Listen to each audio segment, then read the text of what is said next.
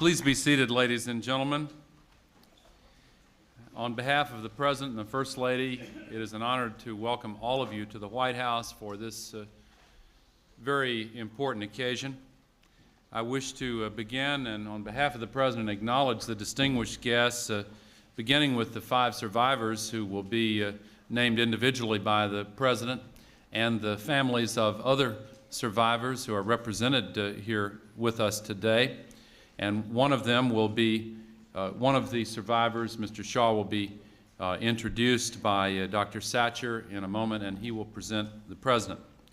I wish to acknowledge the many members of Congress who are present. Senator John Glenn, the chair of the Congressional Black Caucus, Congresswoman Maxine Waters, the congressman representing the district from which most of these individuals traveled, Congressman Earl Hilliard, and Congressman Louis Stokes, who figured prominently in the effort to address this injustice, and some 35 other members of the Congressional Black Caucus, all of whom worked together tirelessly to make certain that the people of the United States of America were made fully aware of the need for the step the President is taking today. Members of the Cabinet, Transportation Secretary Rodney Slater and Labor Secretary Alexis Herman.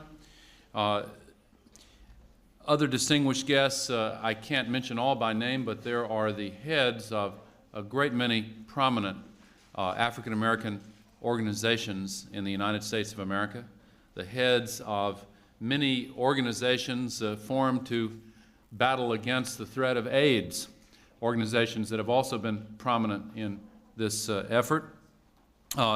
Individuals such as Dr. Henry Foster, Dr. Benjamin Payton, president of Tuskegee University, and dozens of other extremely distinguished prominent guests, too many to acknowledge individually.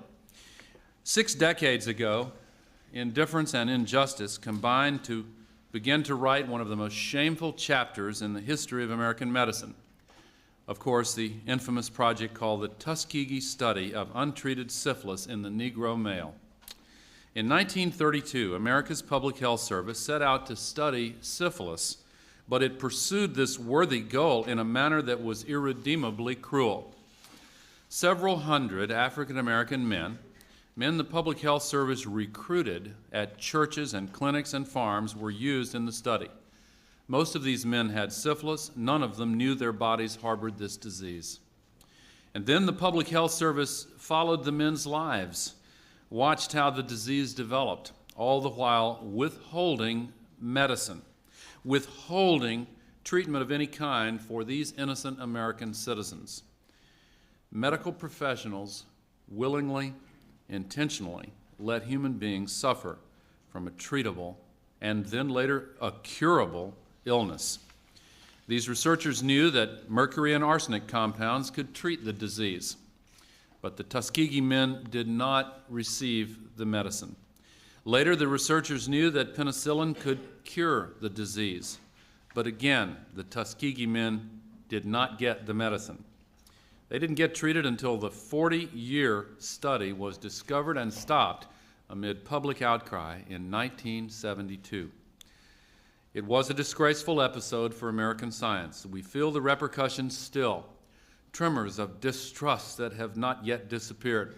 To this day, the Tuskegee study makes some Americans think twice about donating blood or taking their children for vaccinations or signing an organ donor card. But out of this sad incident, we can learn and we can find healing. And we can vow that such hideous episodes will never occur again. The relentless pursuit of scientific truth is a noble endeavor, but not so noble that it exempts us from our deeper obligations to be moral and just, to revere the sanctity of the lives of our fellow men and women. The ultimate purpose of science is to improve human lives. Science and technology can be powerful forces for good, and usually are. They've cured diseases, built economies, helped to narrow the distance of time and space. In the 21st century, as the march of new discoveries picks up even more speed, we must be vigilant about making certain science and technology always remain positive forces in American life. So today, the nation, under President Clinton's leadership and at his initiative, finally does the right and the honorable thing. It is now my pleasure to introduce and bring to the microphone one of the people who has led this effort that has brought us here today, the distinguished director of the Centers for Disease Control and Prevention, Dr. David Satcher. Thank you, Mr. Vice President. Mr. President, I'm honored to be here today with you and all of our distinguished guests. As I begin my remarks, I'd like to make a few acknowledgments. First of all, I'd like to recognize the Acting Surgeon General, Dr. Audrey Manley, who is participating in the ceremony via satellite from Tuskegee, Alabama, along with several of the study participants and their families who are unable to attend the ceremony in Washington, D.C. So our satellite downlink is working. I want to especially thank the Secretary of Health and Human Services, Donna Shalala, who is giving a commencement address and could not be with us today. But her leadership has allowed us to raise the standards of human research. And finally, I would like to thank President Clinton for his courage, his commitment, and vision in bringing us together so that we can make a new beginning. We see it as an opportunity to start again, sensitized by the lessons we have learned from past mistakes and continuing to enhance our mission to protect the public's health. Today is an historic event. As our president acknowledges the tragedy of the U.S. Public Health Service syphilis study in Tuskegee and apologizes on behalf of the government for decisions made many years ago that still haunt us, we open a new chapter in public health. The U.S. Public Health study of untreated syphilis in the Negro male was wrong for many reasons. The study participants were never informed about the purpose of the study, never asked to give their informed consent to participate in the study, and were intentionally misled about receiving treatment. But by publicly admitting our mistakes and acknowledging the role of the public health service in this study, we have an opportunity for a new beginning. The future will also bring new ethical challenges. We must be prepared to meet them and to meet them together. As a nation, we must ensure that anyone who conducts human research receives comprehensive bioethics training and understands and incorporates the principles of bioethics in their work, and that local communities where research is conducted are treated as full partners as we strive to uphold the highest ethical principles. But if history has taught us anything, it is that these principles are meaningless if we don't apply them fairly and equally across all lines of race, religion, gender, and ethnicity. The race for scientific discovery is important, but must never overshadow our commitment to human dignity. We must hold ourselves to the highest ethical standards, never stop monitoring our progress, and always be open to public scrutiny and willing to admit our mistakes. As Secretary Shalala said this morning in her commencement address at the University of Wisconsin School of Medicine, we must ensure that our ethics are always as sophisticated as our science. So to the survivors and their spouses and family members who are watching from Tuskegee, Alabama, and those who are here with us in Washington, D.C., we want to thank you for your willingness to participate in today's ceremony. You are allowing us to come together, and you're giving us this opportunity to chart a new beginning. It would have been easy for you to take a cynical attitude towards this event. Instead, by being here today, you express hope for the future, the kind of hope which we need to transmit to our children. Now I'd like to introduce the next speaker, a very special person, Mr. Herman Shaw, one of our honored guests and a participant in the Tuskegee syphilis study. Mr. Shaw was an original participant in the study, and he participated for 40 years. He was married to Fannie Mae Greathouse for 62 years. They have 2 children, both college graduates. He has 6 grandchildren and 1 great-grandchild. And he told me last night that for the last 52 years, he has been driving his tractor, and he already has his garden in place for this year. Welcome, Mr. Herman Shaw.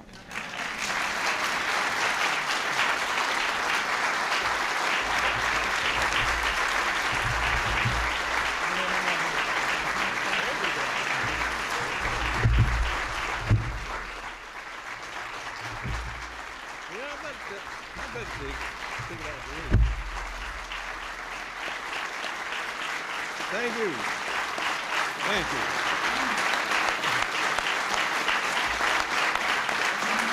Thank you very much. Thank you very, very much. On behalf of all the survivors who have today and those who could not attend, and on behalf of their heirs, my fellow participants who have died, I wish to thank Mr. President Clinton. Thank you very much for inviting us to the White House. It has been over 65 years since we entered the program. We are delighted today to close this very tragic and painful chapter in our lives. We were treated unfairly, to some extent, like guinea pigs. We were not pigs. We were not dancing boys as we were projected in the movie on Miss Evers' Boys. We were all hard-working men and not boys, and citizens of the United States. The wounds that were inflicted upon us cannot be undone. I'm saddened today to think of those who did not survive and whose families will forever live with the knowledge that their death and suffering was preventable. Mr. President, we too also want to thank our lawyer, Attorney Fred Gray, who has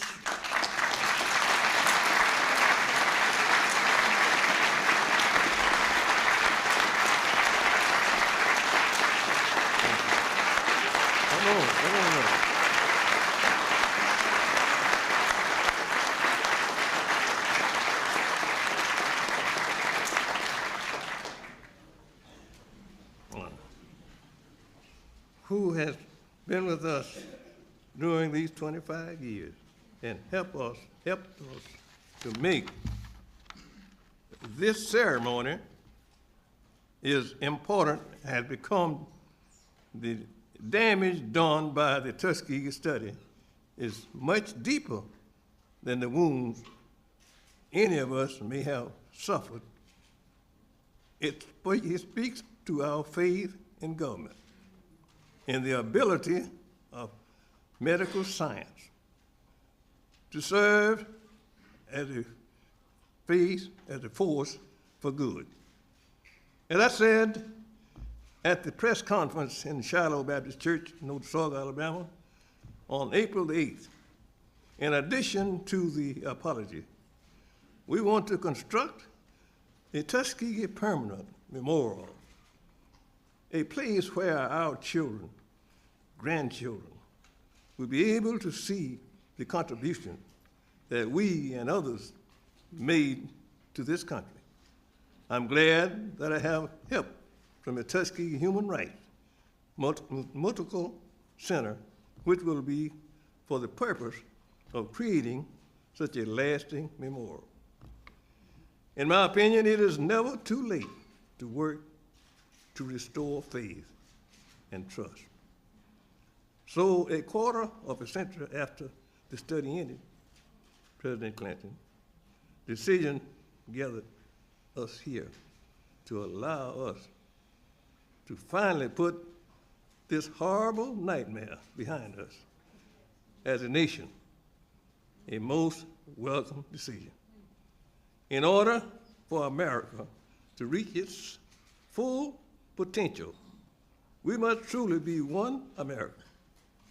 Black, red, white together, trusting each other, caring for each other, and never allowing the kind of tragedy which has happened to us in Tuskegee study to ever happen again. Mr. President, words cannot express my gratitude to you for bringing us here today, for doing so, doing your best to right this wrong tragedy, and to resolve the American should never again allow such an event to occur again. Ladies and gentlemen, I give you the President of the United States of America.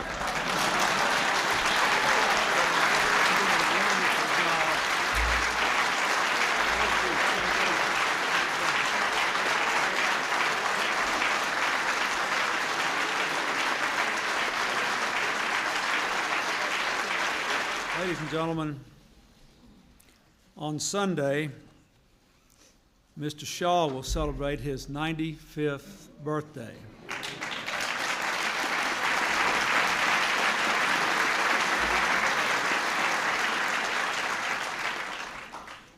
I would like to recognize the other survivors who are here today and their families. Mr. Charlie Pollard is here.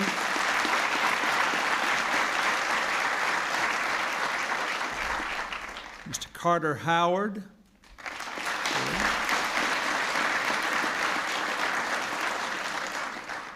Mr. Fred Simmons.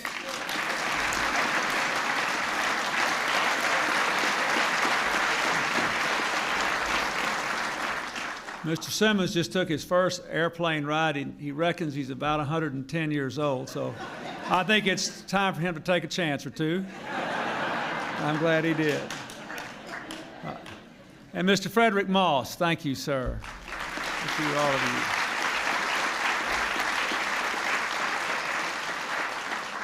I would also like to ask three family representatives who are here. Sam Donor is represented by his daughter, Gwendolyn Cox. Thank you, Gwendolyn. Ernest Hendon, who is watching in Tuskegee, is represented by his brother, North Hendon. Thank you, sir, for being here. And George Key is represented by his grandson, Christopher Monroe. Thank you, Chris.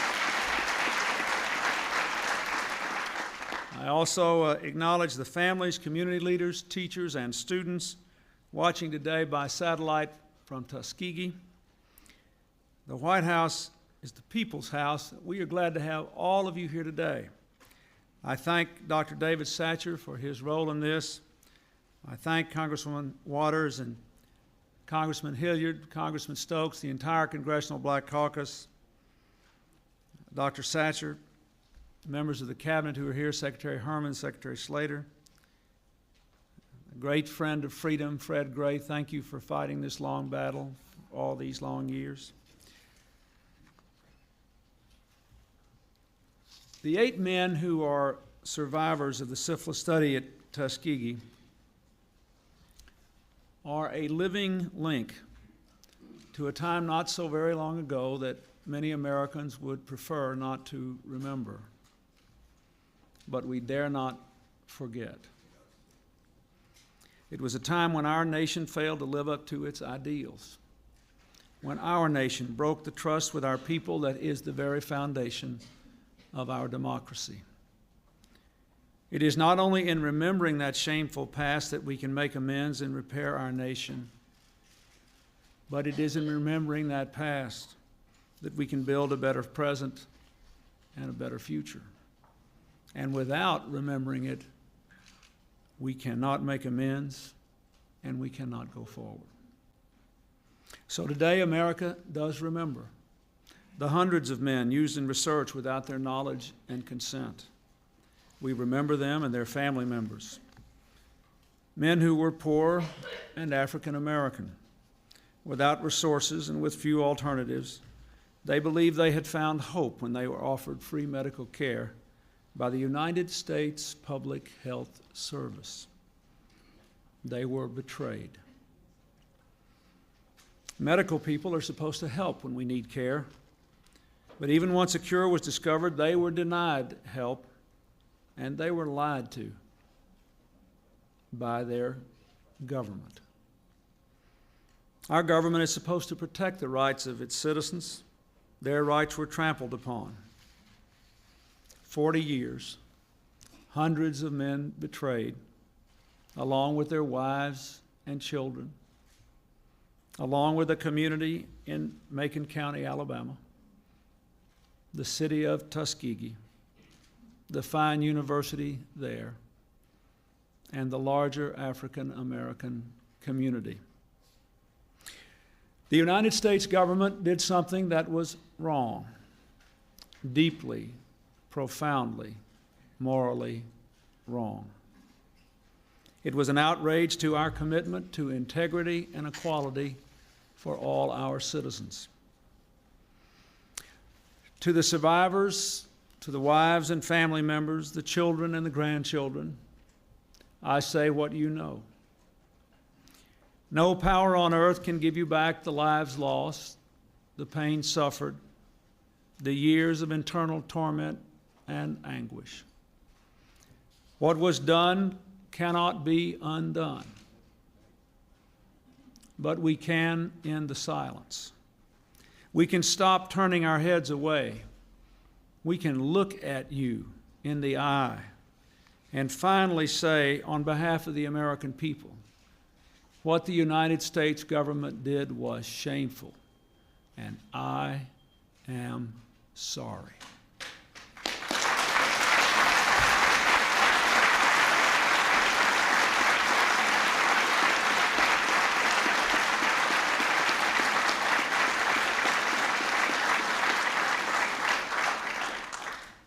The American people are sorry for the loss, for the years of hurt.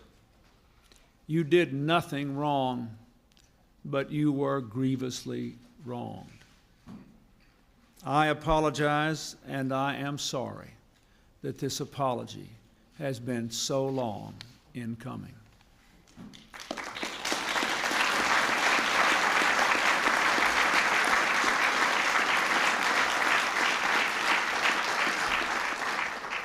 To Macon County, to Tuskegee, to the doctors who have been wrongly associated with the events there, you have our apology as well.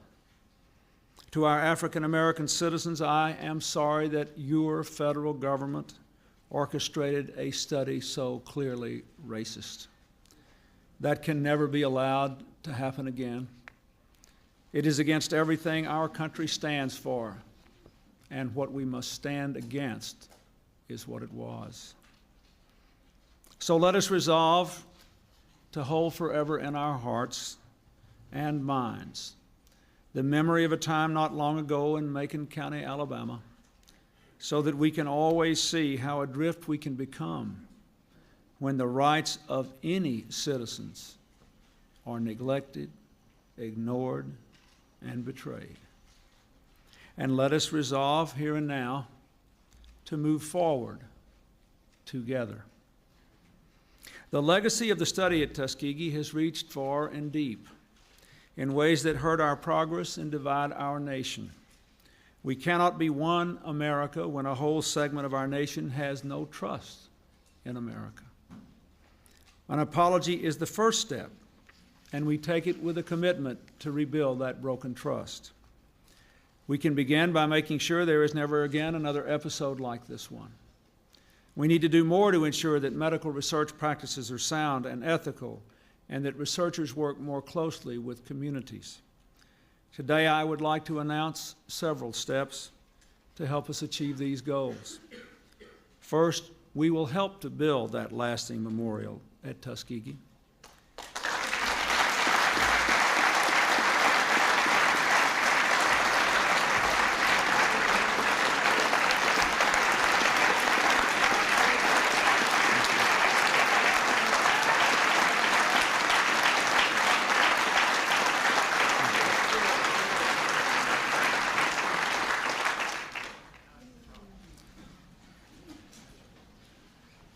The school, founded by Booker T. Washington, distinguished by the renowned scientist George Washington Carver, and so many others who advanced the health and well-being of African Americans and all Americans, is a fitting site. The Department of Health and Human Services will award a planning grant so the school can pursue establishing a Center for Bioethics in Research and Healthcare. The center will serve as a museum of the study and support efforts to address its legacy and strengthen bioethics training. Second, we commit to increase our community involvement so that we may begin restoring lost trust. The study at Tuskegee served to sow distrust of our medical institutions, especially where research is involved. Since the study was halted, abuses have been checked by making informed consent and local review mandatory in federally funded and mandated research. Still, 25 years later, many medical studies have little African American participation, and African American organ donors are few. This impedes efforts to conduct promising research and to provide the best health care to all our people, including African Americans. So today I'm directing the Secretary of Health and Human Services, Donna Shalala, to issue a report in 180 days about how we can best involve communities, especially minority communities, in research and health care. Every American group must be involved in medical research in ways that are positive.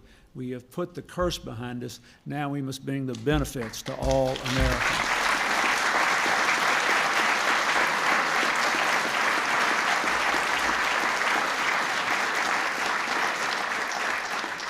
Third, we commit to strengthen researchers' training in bioethics. We are constantly working on making breakthroughs in protecting the health of our people and in vanquishing diseases. But all our people must be assured that their rights and dignity will be respected as new drugs, treatments, and therapies are tested and used. So I am directing Secretary Shalala to work in partnership with higher education to prepare training materials for medical researchers. They will be available in a year. They will help researchers build on core ethical principles of respect for individuals, justice, and informed consent, and advise them on how to use these principles effectively in diverse populations. Fourth, to increase and broaden our understanding of ethical issues in clinical research, we commit to providing postgraduate fellowships to train bioethicists, especially among African Americans and other minority groups. HHS will offer these fellowships beginning in September of 1998 to promising students enrolled in bioethics graduate programs. And finally, by executive order, I am also today extending the charter of the National Bioethics Advisory Commission to October of 1999. The need for this commission is clear. We must be able to call on the thoughtful, collective wisdom of experts and community representatives to find ways to further strengthen our protections for subjects in human research. We face a challenge in our time. Science and technology are rapidly changing our lives with the promise of making us much healthier, much more productive, and more prosperous. But with these changes, we must work harder to see that as we advance, we don't leave behind our conscience. No ground is gained, and indeed much is lost, if we lose our moral bearings in the name of progress. The people who ran the study at Tuskegee diminished the stature of man by abandoning the most basic ethical precepts. They forgot their pledge to heal and repair. They had the power to heal the survivors and all the others, and they did not. Today, all we can do is apologize. But you have the power. For only you, Mr. Shaw, the others who are here, the family members who are with us in Tuskegee, only you have the power to forgive. Your presence here shows us that you have chosen a better path than your government did so long ago. You have not withheld the power to forgive. I hope today and tomorrow every American will remember your lesson and live by it. Thank you, and God bless you.